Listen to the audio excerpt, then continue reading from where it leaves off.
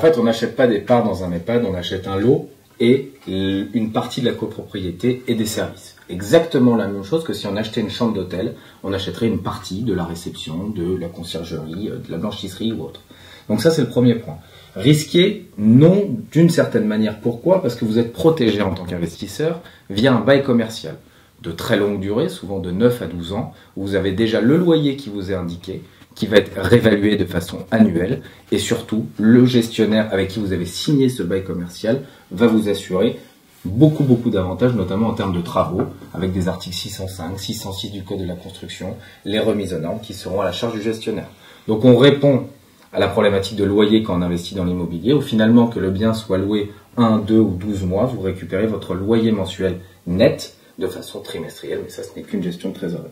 Ça c'est sur la première chose, donc tout est cadré via le bail commercial. Dans un second temps, il y a évidemment le marché de la dépendance en France, qui fait qu'aujourd'hui, on estime qu'entre 2005 et 2050, on va avoir une augmentation de la population de plus de 65 ans de 10 à 18 millions de personnes, donc vraiment une gestion nécessaire.